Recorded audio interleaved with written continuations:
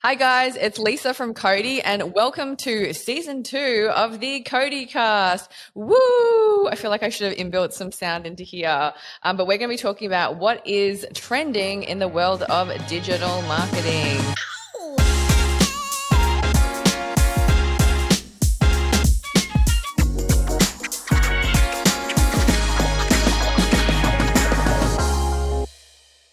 And today I'm not alone. I have a friend with me.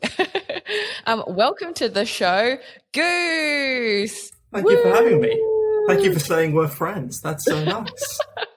David, if you're listening, just make it sound like there's a massive crowd and audience cheering for us. You can. Look, I know you hear this all the time, but I feel like if you're Goose, I'm going to be Maverick on today's episode, if you don't mind. No, please, you should change your name to Maverick in the thing. At the bottom to Maverick. I'm sure David can make me look cool with some aviators and, maybe some input Top Gun music into the show.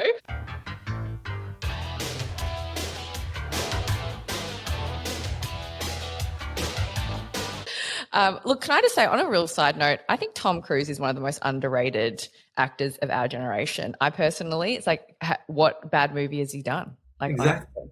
I completely agree. He gets a bad rap because he's a lunatic, but he's also a really hard-working lunatic, and he's really consistent. I really appreciate that. But yeah, look, Tom Cruise, massive fan. Feel free to slide into my DMs anytime. Be glad to say hello. But on today's episode, we are not talking about Tom Cruise's movie back catalogue. We're in fact talking about content. And actually, the topic is #NoFilter and why Gen Z want to know more about authenticity in content, or want to know more. Want more authenticity in content. That is what we're talking about. So Goose, at CODI Agency, maybe just quickly give a spiel about what you do at CODI. So I think multimedia producer is my actual title.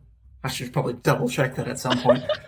But we'll go with that. Yeah. The general gist of what I do at CODI is I make and edit video content for social media platforms. That's 90% of what I do. Okay, so in terms of Gen Z, I think Gen Z are going to change the world. They're honestly just incredible, the amount of knowledge and content they consume. But obviously, are you Gen Z? No. No, I'm pretty smack bang, or maybe the tail end of millennial, I think. Okay, great. Can you tell us a little bit about Gen Z and why you think that they want more authentic content? Because I feel like our generation is quite superficial. Well, I think it boils down to how they have been raised and are being raised, as opposed to how we older folks are being raised. The internet's older not folks? Yeah, not us. Older people who aren't in this podcast recording. Great. We came into I came to the world. The internet was very much in its infancy. It wasn't a common thing yet, and it certainly wasn't as prevalent, and it still had that stigma of being the internet's a thing for weirdos, and it's just a thing for comic book guy on The Simpsons. He's always the one that was most closely associated with the internet. If you're on the internet, that's what you were. But Gen Z weren't born into that world. Gen Z were born into the world where the internet is the be-all, end-all. That's where all the content is. That's where all the money is. That's where everything is. So they've been raised on it. They know it better than most, I'd say, a lot of senior digital marketing people who've sort of locked into the roles will not understand it as natively as someone in Gen Z might, because they weren't born with it. They weren't raised with a tablet when they were a toddler. They didn't have a phone when they were 6. They didn't have a favorite YouTuber when they're 8 years old, because YouTube wasn't a thing. If you go into a classroom, and I have many teacher friends who will back me up on this, and they speak to these Gen Z kids and you ask them, what do you want to be when you grow up? What do you want to do? 80% saying, I want to be a YouTuber. I want to be a TikTok star. I want to develop content. So they've got this barometer for content, this nose for content built into them. It's in their DNA, and that's not going to change. It's only going to get more and more and more. Oh, it's actually crazy. I don't know if you remember this, but when I was growing up, I had to use the Encyclopedia Britannica books to get information. And I'd be literally going through where's D? I've got a project on ducks. Okay, great. What's it talking about in the world of ducks? And that's how you get your information. Whereas now you can literally Google ducks and 10 million videos will probably pop up with ducks, or articles, or, there's TikToks. almost obscene how much content there is on the internet. It's crazy. So I feel like as a generation, they're so much more switched on than any generation before, before them. Absolutely. And it's terrifying to think what the next generation is going to be like. I know. Well, they don't even know a world without the internet, whereas like I remember the challenges of dial-up, which was so slow. And, I think that for them, one of the challenges of that speed is that they want everything yesterday. So they want, if something takes 2 seconds to load, it's like they've already clicked off it. So how are you seeing short form content in particular and video really, I guess, become popular with that generation? Yeah, well, short form content is incredible, to say the least. The engagement it gets for being so short, it's mind-boggling. You would think the opposite would be true, but clearly not. I think it's something like if you don't engage your consumer or your user in the first 2 seconds of your TikTok, they're going to scroll up and leave you in the dust. They're absolutely brutal. You have to be Johnny on the spot with it. Especially, and it's not just like the length of content, it's the length of trends within that content. And you see it all the time with like the larger brands trying to capitalize on trends, and they'll see this great sound that's trending on TikTok and they'll think, oh yeah, we can work this in with our brand, and they'll have a meeting about it, and they'll follow up in the meeting about it, then they'll make the content, then they'll approve the content, and that happens in a week, and that sound is long dead, and you look like a dinosaur. It's actually so true. I feel that with these trends on TikTok, especially as a platform, you have to be so quick. And, because we've obviously come from the world of your Instagrams and Facebooks, you can be a lot more planned because things don't tend to trend as such. Like you can probably be a little bit more set when you're choosing your content pillars. But when it comes to TikTok, like you said, like something can be trending or a song can be trending. And then 2 seconds later, if you do it, you're seen as uncool, which is honestly horrifying and pretty much the story of my life, just struggling to not be uncool as much as possible. But I think the interesting thing I find about Gen Z is that more than any other generation, they're very socially conscious. Like they care about values, they care about the community, they care about the environment. Can you talk a little bit about how that is impacting content? So the search for authenticity isn't limited to Gen Z, although they are the most conscious of it at the moment. And they are, I think, they're a brutal generation, I'm realizing as we record this podcast. They have got no time for fools. I think it's something about 30% of Gen Z users report like leaving a brand behind, unfollowing a brand if it doesn't meet their authenticity standards. So it's absolutely crucial for a brand, if you want to connect with Gen Z, you need to display a level of authenticity, and you actually have to have that authenticity be authentic. It can't just be for show, because if it is, they will just move on down the road. Brand loyalty isn't as much a key factor for them as authenticity is. That's actually really interesting. And I feel that more and more, they are able to tell whether a brand stands for something or not, because there's a lot of brands out there that just want to make a quick buck and they push out content, but really quickly Gen Z can go in and have a look at what their content is, comb through their website and go, you actually stand for nothing. Or you don't know where your products, or, you don't share where your products are made. Or who makes them, or, the process behind making them. So I feel like with Gen Z, like you have to be so switched on as a brand if you want to engage them. Otherwise, like you said, they're brutal and they'll just unfollow you, or even, not to say worse, but like they'll actually voice their opinion and call out brands. Like they're very almost like they use their platforms for good, and like they're real advocates for brands when they're doing amazing things, but they're not afraid to use their platform to call out people or brands if they're not standing up for what's right, or, they're not being good people or good brands. So I think that's really... It's not even that they're not afraid to do it. They're happy to do it. They're encouraged to do it. That's their favorite thing. Yeah. If they love to tear down the big man. Yeah. Yeah. And it goes back to what we were saying at the top of the episode. They've got this great nose for content because they were raised in it. So they can spot something that's inauthentic immediately. And you see it quite often on TikTok, and it's a real pet peeve of mine on TikTok. When you're scrolling and you're scrolling and you're scrolling, all these lovely videos, and you'll hit an ad or a piece of branded content, and you know it's an ad or a piece of branded content because it doesn't look like it's made for TikTok. It looks flashy. It looks like it's a TV commercial that they've cropped into the format. And there's nothing that's going to make someone scroll faster. If you want your content to perform well on these platforms, you have to tailor it and you have to make it look authentic and native to that platform. Otherwise, it's just going to be ignored.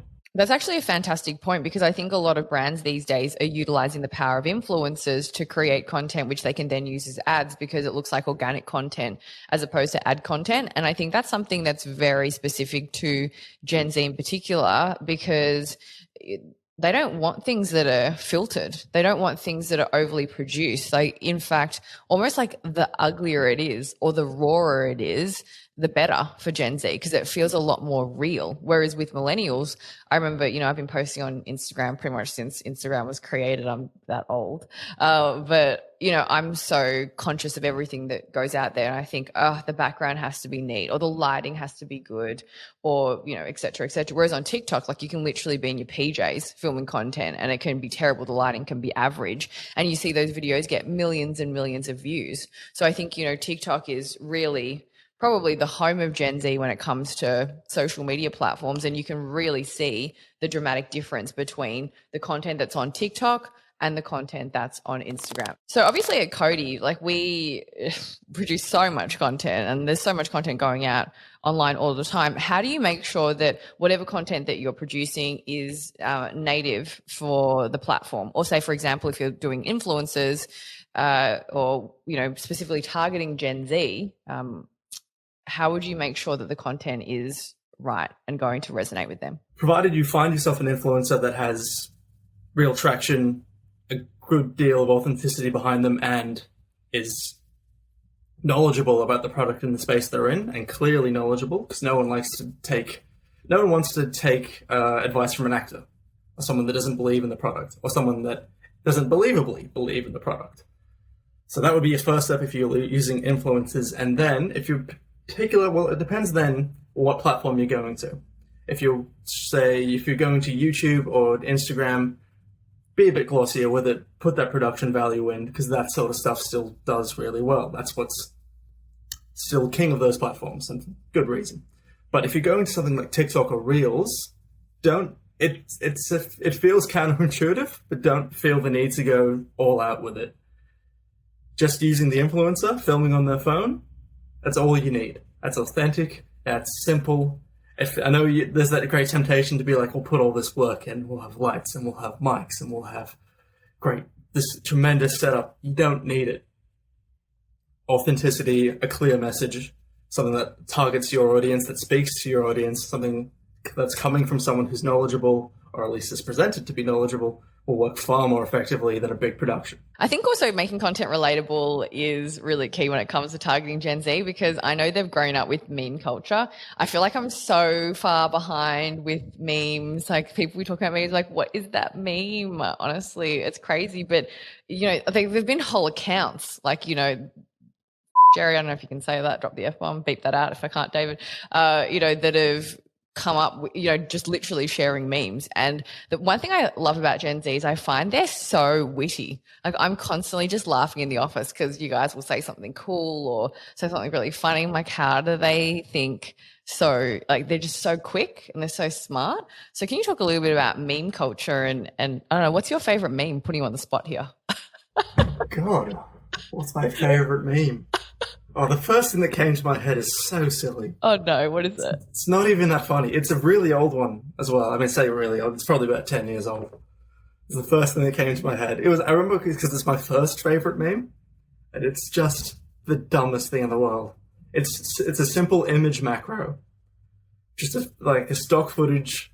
David, I hope you can find it.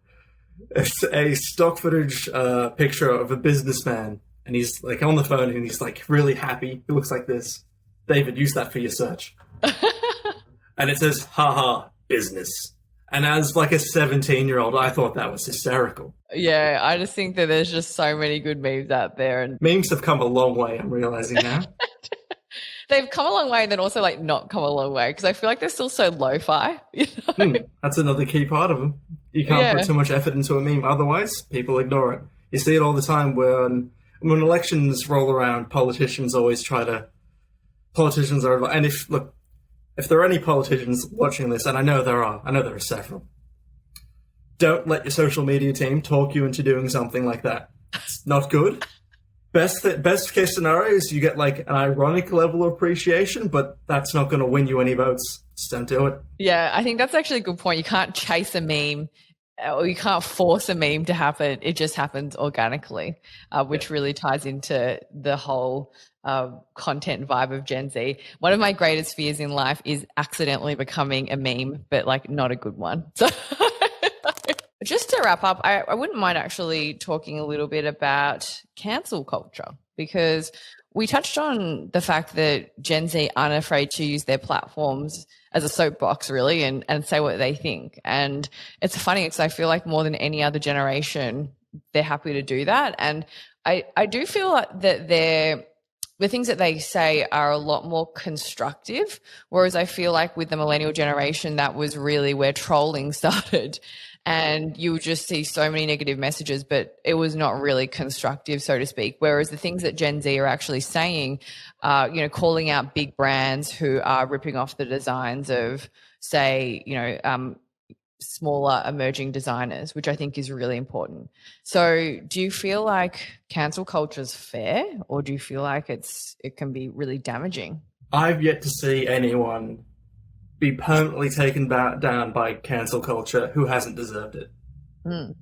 I think that I hadn't thought about it like this. It's a really interesting way you put it. I haven't thought about that shift from trolling to actual activism that you're seeing these days. That's really quite lovely. Well done, internet. I'm very proud of you for that. It's a lot better. That's a lot better. Ironically as well, that if you were a big troller back in, the heyday a decade ago, you're probably going to get cancelled for it now, so watch out. So I really do feel like it can be used for good. I think my concern with cancel culture is almost like it's like you're almost guilty at its trial by media, and you might not actually have done the things that people are accusing you of, but society is deemed that you're guilty and you're cancelled and you'll no longer be relevant, or, you'll no longer have opportunities, which, if you've done the bad things that you've done, then good. But if you haven't, then it can really damage people's reputation. So, yeah, it's very interesting, because I'm a big Sex and the City fan, and if anyone watches Sex and the City, they just released And Just Like That, which is the kind of reboot, I guess, of Sex and the City. And if you have been watching it, spoiler alert, if you haven't, please don't listen to this next bit, because I've got no choice. I'm just about to finish season 5 of Sex and the City. I'm not there yet, at least. Okay, I'm not going to spoil it for anyone. Okay, keep listening. But Mr. Big's in it, which I don't think is a spoiler, but he was accused of sexual harassment and sexual assault by numerous women. And he's come out and said it's not true, but everyone's cancelled him. So it is quite interesting to see that, it's not a court of law or anything like that, yet people have just decided his fate. So very powerful, the internet, for good things and bad things, unfortunately. But thank you so much, Goose. You were a fantastic, hopefully I was a fantastic co-pilot on today's show. I think you were absolutely the pilot. I was barely a co-pilot. I don't think I'd qualify as a stewardess. I wasn't even a passenger. I was a stowaway hiding in the belly of the plane. Don't say that at all. You were the main man. I was the wingman on today's show. But no, definitely really appreciate all your amazing work and your insights today. If you're looking to target Gen Z, definitely reach out to us. We can 100% help you. I myself am not Gen Z, unfortunately. I'm too old. But the team are incredible at what they do. So thank you so much, Goose. I will see you in the office. See you around.